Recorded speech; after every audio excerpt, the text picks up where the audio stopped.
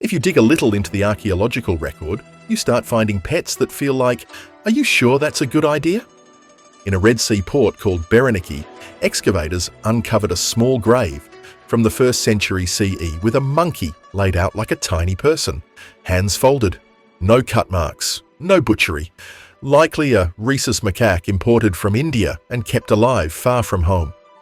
In Roman sources, wealthy men boast about training moray eels and weeping when one of them dies. Egyptian priests feed and adorn a temple crocodile with jewelry and many other. The surprise isn't that ancient people loved animals. The surprise is how often they tried to love the wrong ones, and sometimes made it work, for a while. So here's the core question. Why did humans keep such startling creatures as household companions or status objects in the first place? And what does the physical and written evidence actually show about those relationships? If we set aside the modern idea of a pet as a fuzzy roommate who pays rent in cuddles and chaos, the picture gets clearer. In the ancient world, animals were kept for 3 overlapping motives: utility, hunting, guarding, pest control, status, exotic equals impressive, and religion, a living symbol you could feed. Add natural human curiosity, the irresistible "can I keep it?" impulse, and you get a rogues gallery of unusual roommates: crocodiles, monkeys, hyenas, snakes, moray eels, lions, and birds that peck first and ask questions never. Let's start with the reptiles, because reptiles are where hubris goes to nap. In Ptolemaic and Roman Egypt, a cult centered on Sobek, the crocodile god, involved keeping a live crocodile at certain temples. Komombo is the famous one. Priests reportedly fed the Lord of the Lake the way a VIP is fed at a banquet: bread, meat, honeyed treats, then adorned him with bracelets and amulets. While this wasn't a family pet in the modern sense, the dynamic overlapped with pet keeping. People visited, left offerings, and talked about the crocodile as an individual with habits, appetites, and moods. Archaeologists have unearthed crocodile mummies by the hundreds. Some are tiny hatchlings wrapped in linen, others are full-grown adults. The wrapping, resin, and ritual accoutrements are tangible evidence that specific crocodiles were fed and tended as honored beings. A crocodile in a temple is not the same as a crocodile on your couch, but it lives in the same mental neighborhood. A wild body made into a familiar presence by naming, feeding, and routine. And the practical knowledge embedded in that routine, how to coax food, how to calm, when to keep your fingers, likely circulated beyond the temple walls. We can imagine, cautiously, that a few affluent Egyptians tried something similar at home, because that's what people do when they see a charismatic animal getting special treatment. They imitate it, and sometimes they get bitten. Snakes slither along the same, blurred edge between sacred and domestic. Across the Mediterranean, household shrines often featured serpents as protective spirits. The Roman Genius Loci is a classic example. And archaeologists keep finding wall paintings and small altars where a snake curls beside a hearth, or lararium, a household shrine. We don't have a surviving Roman pet registry listing 1 live serpent allowed in kitchen, but inscriptions, art, and ethnographic parallels suggest some families tolerated, even encouraged, a resident snake as a kind of in-house pest control and supernatural insurance policy. If you lived in a world where grain stores invited mice and mice invited snakes, a non-venomous serpent appearing by the bread jar could look less like a problem and more like help. You'd offer a splash of milk, maybe set out a few crumbs, and tell your kids not to startle the house guardian, based on how often the image appears and how casually it's placed near dining or cooking spaces. Now, this was not a rare fantasy, more like a fragile truce. You leave me alone, I leave you alone, and we both get fewer rats. Then there's Rome's strangest love story: humans and fish. Pliny the Elder and other authors describe wealthy Romans who kept moray eels and other fish as named, trained, even accessorized companions. Are these texts exaggerating to make a moral point about decadence? Almost certainly. But the exaggeration sits on top of behavior that was plausible, and we have the infrastructure to back it up. Villa excavations along the Bay of Naples and the Tyrrhenian coast reveal elaborate fish ponds, piscinae, with sluices to circulate seawater. The engineering is real. So is the cultural habit of sitting by the water to watch your aquatic charges feed. Fish respond to routine, feeding at the same time, swimming up when they sense ripples, and rich Romans had time to develop routines. So, while some anecdotes are likely rhetorical side-eye, this man loved a fish more than a friend. The emotional attachment is believable. If you spend hours every week distributing morsels to a glossy eel who recognizes your steps, you will form an opinion about that eel's personality: fierce, shy, greedy, clever, because the human brain can't help itself. Hyenas don't usually feature in pet conversations, unless you're talking about animated movies, but in North Africa and the Near East, people have trapped, tethered, and half-tamed hyenas for millennia as living garbage disposals and terrifying deterrents. Ancient texts are sparse, but there are hints, references to hyena handlers, to the trade in exotic animals, to odd injuries that match a hyena's bite in skeletal remains. Hyenas are smart, food-motivated, and socially savvy. A juvenile raised around humans will learn the rhythms of a yard the same way a dog does, but it will never be a dog. Its jaw can crack bones that would break an anvil's heart. Pet here likely meant kept, as in kept for a purpose, and the purpose was to impress neighbors and terrify thieves. You could call it the ancient equivalent of a security system you have to feed. Monkeys are better documented and arguably more heartbreaking. Frescoes and mosaics from Pompeii and Herculaneum show small monkeys on leashes at banquets, perched on shoulders or getting up to trouble while musicians play. Their bodies are proportioned like kids, tiny hands, expressive faces, and the art emphasizes the comedy of their antics, which tells you they were common enough that viewers would nod and chuckle. But the archaeology adds a darker layer. Trade routes carried Old World monkeys into Egypt and the Mediterranean. We find monkey bones in port cities, sometimes with pathologies that suggest long captivity. In Berenike, the burial mentioned earlier reads like a household pet's funeral. Careful placement, no sign of consumption, an effort to grant dignity. It's likely the animal was loved. It almost certainly was also miserable at times. Caught between climates, diets, and expectations, its body didn't evolve to handle. That tension, affection versus environment, is a recurring theme in ancient pet keeping. Birds span the whole spectrum from practical to bizarre.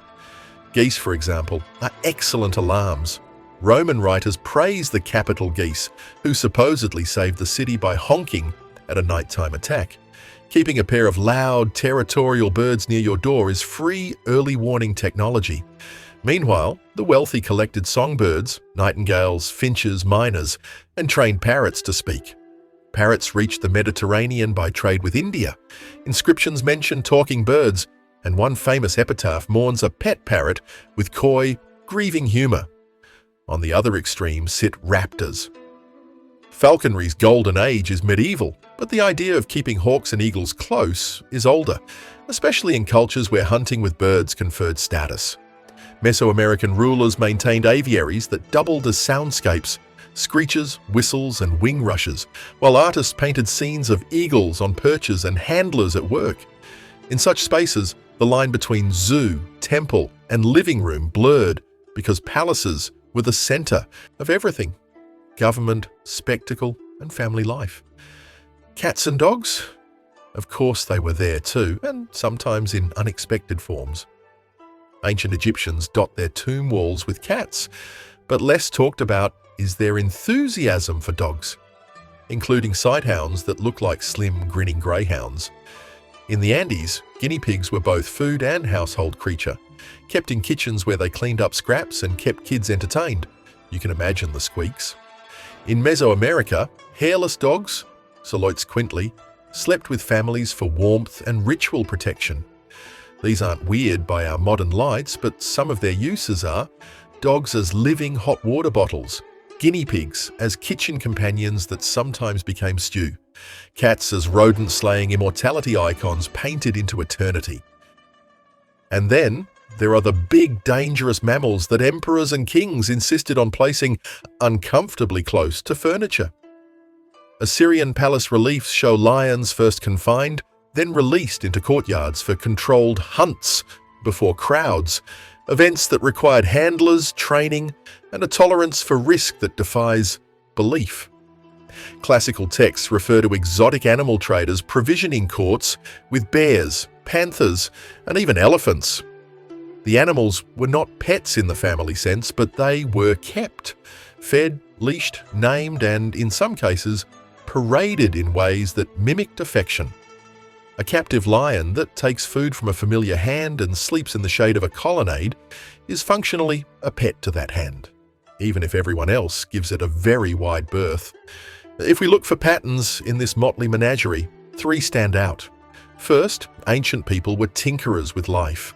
Just as they learned to turn clay into jars and fire into bread, they learned to bend animal behavior toward human rhythms. They made swimming pools for eels, corner shrines for snakes, and travel routes for monkeys. Second, risk management was different. The calculation, is this worth the bite, skewed toward yes, when reputation, ritual favor, or simple novelty was on the line. A crocodile that draws pilgrims is good for business. An eel that surprises dinner guests is good for stories. A monkey that pours wine, badly, is good for a laugh. Third, affection showed up everywhere. Humans are unreasonably good at loving whatever we feed. We read intent into gazes, quirks into habits, and meaning into proximity. That's as true for a moray eel who comes to the splash as it is for a mutt who comes to the whistle. But we should also talk about the evidence and where it speaks clearly versus where it whispers. Our visual sources, wall paintings, mosaics, carved reliefs, show who wanted to be seen with what. A monkey at a banquet appears not just because monkeys existed, but because they broadcast cosmopolitan taste. Texts add drama and bias. Roman authors telling eel stories are probably wagging their fingers at luxury and whimsy. If a fish is wearing jewelry, it's also wearing a morale. Archaeology is the anchor. Graves like the Berenike monkeys, faunal remains with stress markers from tethering, specialized architecture like fish ponds and animal enclosures. These don't have agendas, and they quietly record the daily logistics of keeping something alive that maybe shouldn't be there. Even the tiny details matter. A concentration of parrot bones in a seaside town hints at an exotic bird trade. Cut marks in places that indicate butchery tell us when an animal was food, not friend. Conversely, the absence of butchery, combined with careful burial, suggests attachment. The presence of wear on teeth or bones that matches a chain's rub tells us an animal was tied often enough to change its skeleton. Isotopic analysis, the chemistry of diet recorded in bone, can reveal when a crocodile ate a steady stream of fish and bread rather than the variety of a river hunter, implying captivity. Each method adds a pixel. Together, they make a picture that is still fuzzy but recognizable. There's also geography and climate to consider. The farther an animal traveled from its native habitat, the more care it needed, and the more likely it was to die early. Monkeys in Mediterranean households probably came by ship from the Indian Ocean trade, arriving cold, hungry, and panel-beaten by weeks at sea. Keeping one alive required knowledge. What does it eat? Resources. Can we afford fruit out of season? And a tolerance for broken ceramics. Crocodiles were easier in Egypt, where the river provided habitat and food. Try the same act in, say, Rome, and you face a logistical nightmare of water quality, winter temperatures, and neighbors with opinions. Did anyone try to raise a baby bear? Almost certainly. Bears appear in classical spectacle and travelogues. Cubs are irresistibly cute. And a certain type of person has always believed that enough milk and affection can trump 5-inch claws.